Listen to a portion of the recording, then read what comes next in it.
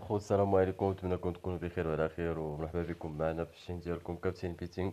فيديو جديد بالنسبه للتوقعات تاع النهار الأحد ان شاء الله 23 شهر 2 2020. وغدا ان شاء الله كما تعرفوا تيكون واحد شويه تاع التخور. اختارنا لكم واحد 7 الماتشات بليس واحد 3 ماتش غادي يكونوا ماتش بونيس. بالنسبه للماتشات اللي حطينا لكم قبيله اللي كانوا مزروبين صراحه، طلعت لكم ماتشات مزروبين. داكشي اليوم اش درت لكم هذا الفيديو دابا باش غدا ان شاء الله كلشي يشوفوا. داكشي نطلب منكم بارطاجيو معنا هاد الفيديو هذا، وتابوناو معنا وتبارطاجيو مع الدراري صحابكم باش حتى هما يستافدوا، سواء من هاد الشركه ديال كابتن وينز اللي كما تعرفوا بلا اسهل سيت كاين دابا هو كابتن وينز، يعني باقي ما مشهورش، باقي ما معروفش بزاف، ويستافدوا حتى من لي برونوستيك اللي تنحطوا في هاد الشيء. وبالنسبه للماتشات اللي حطيت لكم قبيله، حطيت لكم الماتش تاع الريال في الدوس ودوس بيول بليس. للاسف ما دخلش هذاك الماتش، ما فهمتش باش الريال تشوف البارسا راه تحاول تبان لها هاد الغرادي باش تربح الماتش، ولكن ما تفهم حتى هي وما تفهم والو. وبالنسبه لهذاك الماتش مشى. بالنسبه لواحد الماتش اخر تاع جبل طارق حتى هو مشى 2 ماتشات.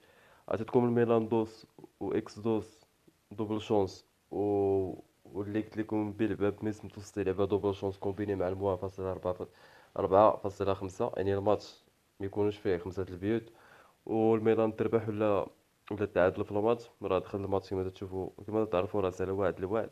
الليل عطيتو لكم الليل تربح في التوقع الاول. التوقع الثاني عطيتكم الليل تربح ولا تعادل كومبيني مع البي 1.5 في الماتش، راه دخل. صار الماتش تنظن واقيلا 4-0 ولا ما 3-0. الماتش الاخراني اللي عطيتكم هو ديال فاينورد، عطيتها لكم قلت لكم مسوكره اللي بيلعبها راه مسوكره. وعطيتها لكم في البليس الماتش راه سالا 2-1. هما هادو بالنسبه للتوقعات اللي عطيتكم البارح. يعني ماتشات مزيانين، بنادم الا لعب 2 ماتشات 3 فرقه وحده راه ضروري يمشي تخلص هادشي اللي كاين. وبالنسبه للماتشات تاع اليوم، اول ماتش كاين هو ديال الدوري ديال النمسا، لاس كلينز هي وسانت بولتون. هاد الماتش غادي نلعبوه في الاس بي والبلوس. 2 احتمالات اللي كاين في هاد الماتش. دوزو الماتش ديال جنوا ولازيو. هاد الماتش غادي يبدا غدا بكري، يعني 12 ونص ديال النهار غادي يبدا التوقيت ديال المغرب. هاد الماتش هذا غادي نلعبوه ب 2 احتمالات. غادي نلعبوه لازيو تربح ولا تعادل في الماتش، كومبيني مع البي 1.5.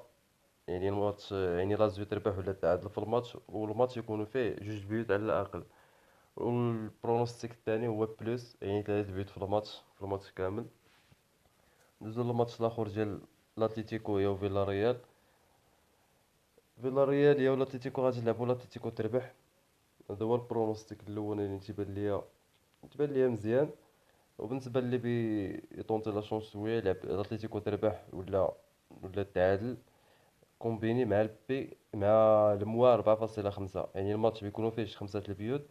وفي نفس الوقت لاتليتيكو تربح ولا تعادل. الماتش ديال الولف هي والنرويج. النرويج صراحه داك العام سميتو قبل ما طلع البريمير ليغ كانت فرقه واعره، كانت الفرقه اللي جات تدكا. ولكن هذا العام في البريمير ليغ ما درت والو صراحه. بلا داكشي العكس، كنت نتسنى انها تبان بواحد المستوى على الاقل، تكون هي في دوك المراتب الخمسه ولا السته قبل الاخر. دابا واقيلا راه هي الاخرى. وولفز راه الفريق اللي غنيه عن التعريف، كلشي تيعرفها. بالنسبه لهاد الماتش هذا غادي نلعبوه ب 2 احتمالات. غادي نلعبو وولفز تربح ولا تعادل في الماتش، ولا غادي نلعبو وولفز تربح الماتش. هذا بالنسبه لجوج توقعات تاع هذا الماتش هذا. بالنسبه لمانشستر هي واتفورد. هذا الماتش ما غاديش نحاولوا نبعدوا على النتيجه النهائيه، غادي نحاولوا نلعبوا على البيوت وعلى الفراقي. غادي نلعبوا في التوقع الاول يعني مانشستر تماركي 2 البيوت، والتوقع الثاني هو البلوس 3 البيوت في الماتش ولا اكثر. دوزو الماتش ديال الدوري الالماني البوندسليغا ليفركوزن واوكسبورغ. هذا الماتش تا هو غادي نلعبوه ب 2 احتمالات. غادي نلعبوا اس اكس كومبيني مع البي 1.5، يعني ليفركوزن تربح ولا تعادل في الماتش، ويكون في الماتش على الاقل 2 البيوت. هذا بالنسبه للتوقع الاول. والتوقع الثاني غادي نلعبوه بليس عادي، يعني 3 البيوت في الماتش ولا اكثر. الماتش الاخر بالنسبه للتوقعات اللي منطقيين، التوقعات اللي لوجيك، غادي نلعب كاين رابيد واتزم هو بركان. رابيد واتزم غادي نلعبوها هي وبركان، غادي نلعبوا هاد الماتش هذا. المهم غالبا هاد الماتش غادي يكون فيه البيوت. رابيد واتزم راه مازالش حتى هي، خصوصا بلاتها غادي تماركي على الاقل واحد البيت. غادي نلعبو جوج بيوت في هاد الماتش. برونوستيك الاول غادي نلعبو جوج بيوت في الماتش ولا اكتر، ولا نلعبو بليس عادي ديريكت. المهم على حساب الكوط، على حساب بنادم كل واحد بشحال تيلعب، يعني كل واحد بشحال لاميز ديالو. دابا ندوزو للتروا ماتش بونيس اللي عندنا. تقريبا ماشي تقريبا كلهم غادي نلعبوهم اكس فينال.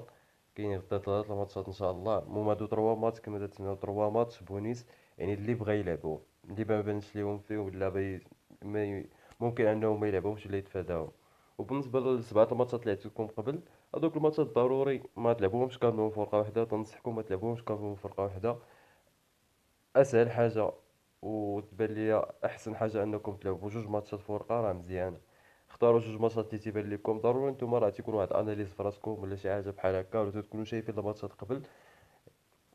غتختاروا واحد جوج ماتشات اللي تيبانوا لكم مزيانين وغادي تلعبوهم. جوج ماتشات في الورقه وجوج ماتشات في الورقه، انا متيقن بهذوك الماتشات 90% غادي يدخلوا كاملين. هادشي اللي كيبان. بالنسبه للماتش تاع الافيس وبيلباو، هاد الماتش غادي يبدا غدا مع جوج غادي يلعبوا اكس فينال. هاكا اللي غادي نلعبو اكس فينال.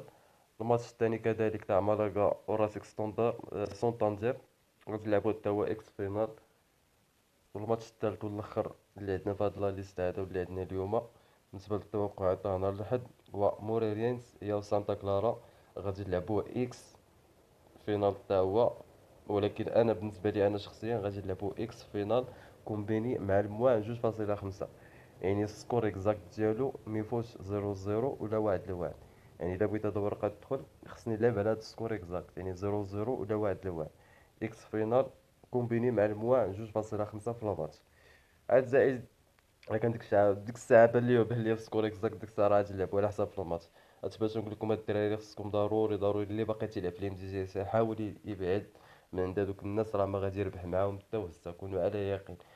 اول حاجه بالنسبه لي كوطا، مثلا كاع تربح اليوم وتربح حتى غدا وتربح حتى بعد غدا، مثلا 3 ايام متابعه. ولكن كون على يقين الا جيتي تضرب على حساب بورقه وستيلو على حساب لي كوت اللي تحطو هما، راه الا خسرتي مثلا النهار الرابع راه غترجع لهم ديك الربح تاع الخاص، داك الربح اللي ربحتي 3 ايام كامله. يعني واخا تكون نتا عالي ما عمرك غتربح مع هاد الناس. يعني ضروري هاد الدراري حاولوا. الناس راه تقدموا، الناس راه ولاو تيلعبوا غير بتليفوناتهم غير بيسياتهم غير في وسط الدار غير في وسط القهوه في ايتها بلاصه. عاد زائد دابا جديد انه كاين كابتن ويز تسهل عليك المأموريه. ديك الساعه كانت مثلا بحال البيت 365. انا نقول لكم واحد الحاجه شخصيا، لا الواحد اكس بيت لا البيت وينر ما تنعترفش بهم نهائيا. هاد جوج سيتات اول حاجه انهم هما اصلا شركه وحده. ثاني حاجه ان بزاف ديال الناس يتشكاو، ما يمكنش هذوك الناس يكونوا تيتشكاو غير هكاك، ما يمكنش.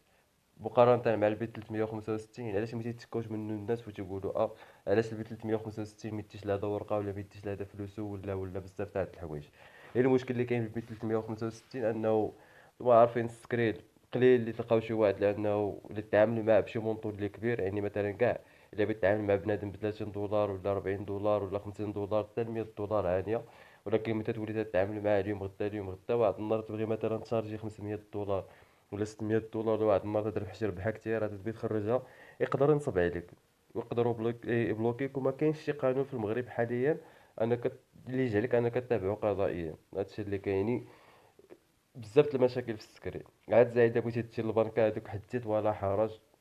خصك على الاقل واحد ما بين 5 ايام بعدا بلوس 5 ايام بلوس 5 جوغ بعدا عاد يخرجوا لك فلوسك. عاد ثانيا بعدا ثانيا حاجه هو انه الا بغيتي تخرج خصك تخرج شي سوم اللي كبيره، مثلا 500 درهم الفوق ولا 1000 درهم. علاش؟ حيت هما عندهم الاقتطاعات بزاف. يعني الا كانت ملي تيقطعوا عليك واحد 30% ولا 40%، الا خرجتي 100 درهم ولا 200 درهم ولا 300 درهم راه ما غاديش تلك منها والو، حيت هما تيديو معاك. خصك تخرج واحد 500 درهم يلاه توصلك فيها واحد اللعيبه اللي قليله باش تسمى انك باش توهم راسك باش انك ربحتي.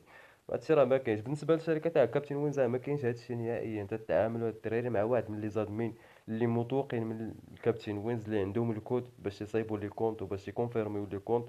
هادي الاولى. ثاني حاجه هو انك تتعامل مع بار ضمان كاش ولا كاش بليس. بالنسبه لي انا شخصيا تتعامل بار ضمان كاش ولا كاش بليس.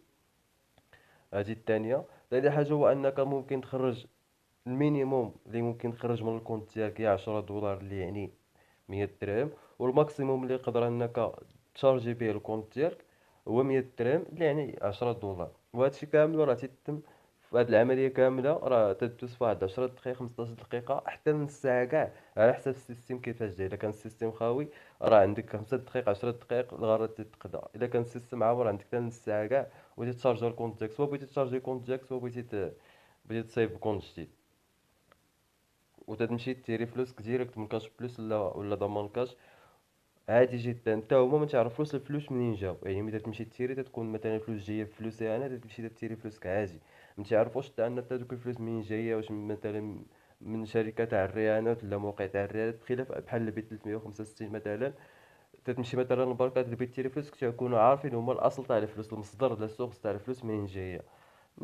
حنا ما خاصناش والو. المهم هادشي اللي كاين الخوت، نتمنىكم تكونوا بخير وعلى خير. ونتمنى الفيديو يتبارطاجا مع الدراري صحابكم كما قلت لكم، باش يستافدوا سواء من لي برونوستيك، سواء باش يكون فراسهم هذا السيت هذا.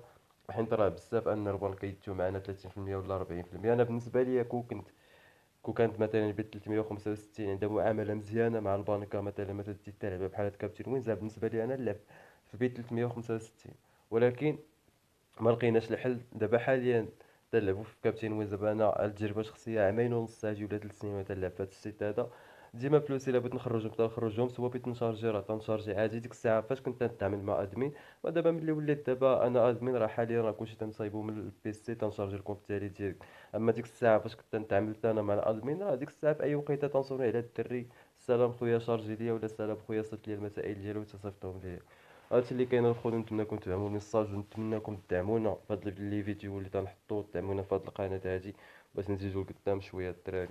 هادشي اللي كاين الخوت. نتمنوا لينا وليكم واحد السعيد ان شاء الله، ونشوفكم غدا ان شاء الله. الله يسر الامور.